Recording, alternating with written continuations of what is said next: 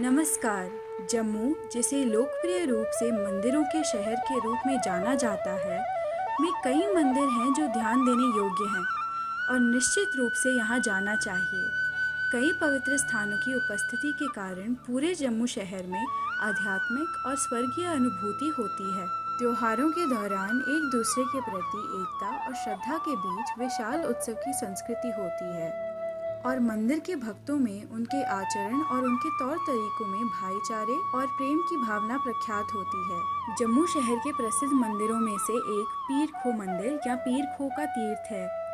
ये शहर के सबसे पुराने मंदिरों में से एक है और हर साल पूर्णमासी, अमावस्या और एकादशी की अवधि के दौरान तीर्थयात्रियों का ये एक बड़ा कारोबार होता है, जो सभी चंद्रमा के विभिन्न पारगमन चरण हैं।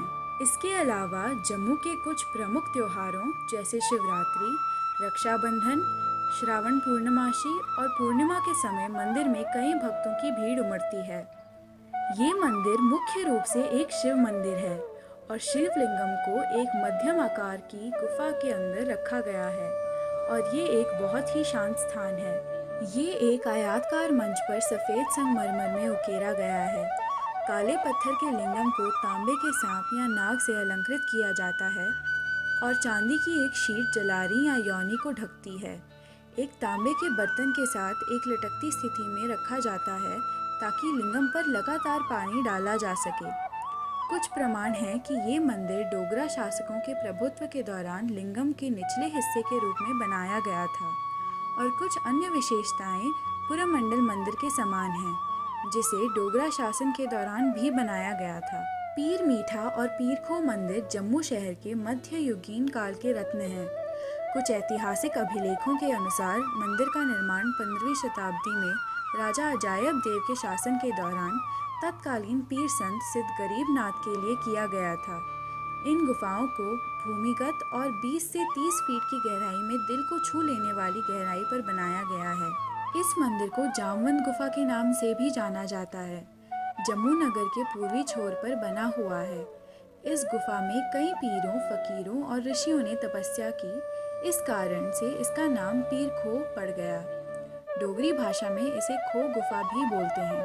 कहते हैं कि राम रावण के युद्ध में जामवंत भगवान राम की सेना के सेनापति थे। युद्ध की समाप्ति के बाद भगवान राम जब से विदा होकर अयोध्या लौटने लगे तो जामवंत जी ने उनसे कहा, प्रभु, युद्ध में सबको लड़ने का अवसर मिला, परंतु मुझे अपनी वीरता दिखाने का कोई अवसर नहीं मिला। मैं युद्ध में भाग नहीं ले सका और युद्ध करने की मेरी इच्छा मेरे मन में ही रह गई। उस समय भगवान ने जामवंत जी से कहा, तुम्हारी ये इच्छा अवश्य पूर्ण होगी जब मैं कृष्ण अवतार धारण करूँगा। तब तक तुम इसी स्थान पर रहकर तपस्या करो।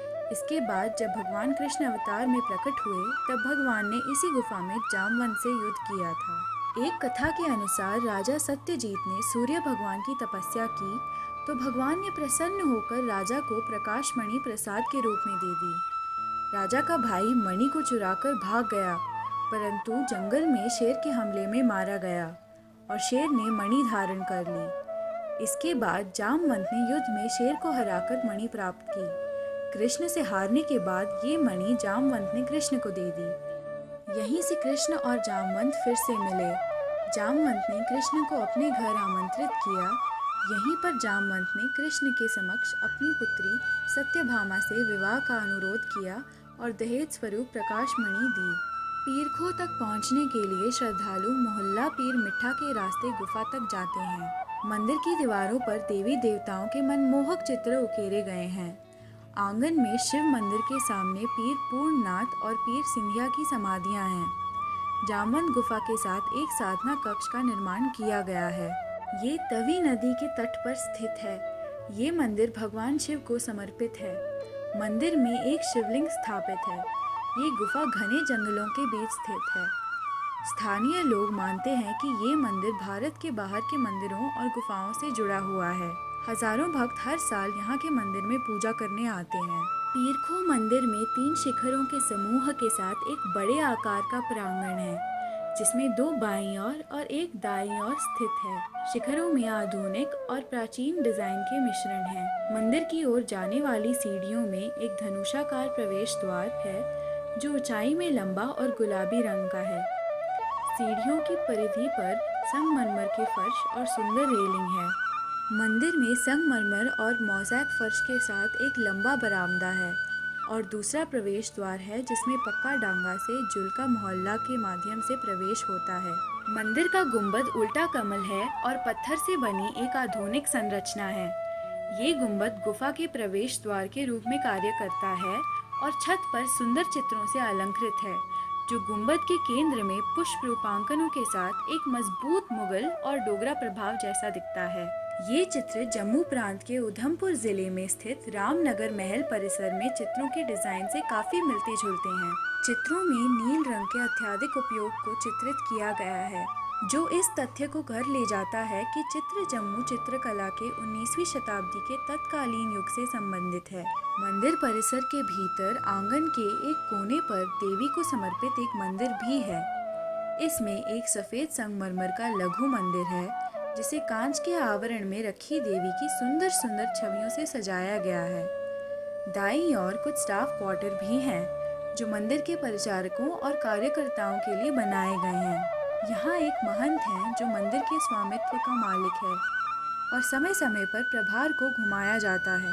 मंदिर के प्रांगण के परिसर में एक कुर्सी पर तुलसी का पौधा है, जो जोरावर सिंह निवास सह महल परिसर और रामनगर महल में देखे गए डोगराओं की स्थापत्य शैली की याद दिलाता है। मंदिर के केंद्र में एक निरंतर धुआं उत्सर्जित करने वाला मंदिर है, जो इस मंदिर की एक बहुत ही अनूठी विशेषता है। पूरे मंदिर को तवी नदी से आने वाली बाढ़ की आपदा से बचाने के लिए एक कृत्रिम और ऊंचे मंच पर बनाया गया है। आशा है कि आपको ये जानकारी अच्छी लगी। धन्यवाद।